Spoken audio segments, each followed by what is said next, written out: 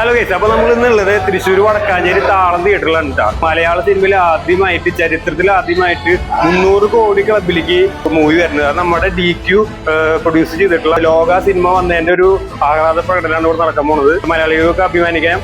അപ്പൊ അതിന്റെ നേതൃത്വത്തിൽ Thrissur all Kerala Dulquer fans association Vadakkanchery area കമ്മിറ്റിയുടെ നേതൃത്വത്തിൽ ഒരു സെലിബ്രേഷൻ ആണ് ഇവിടെ നടക്കുന്നത് കേട്ടോ.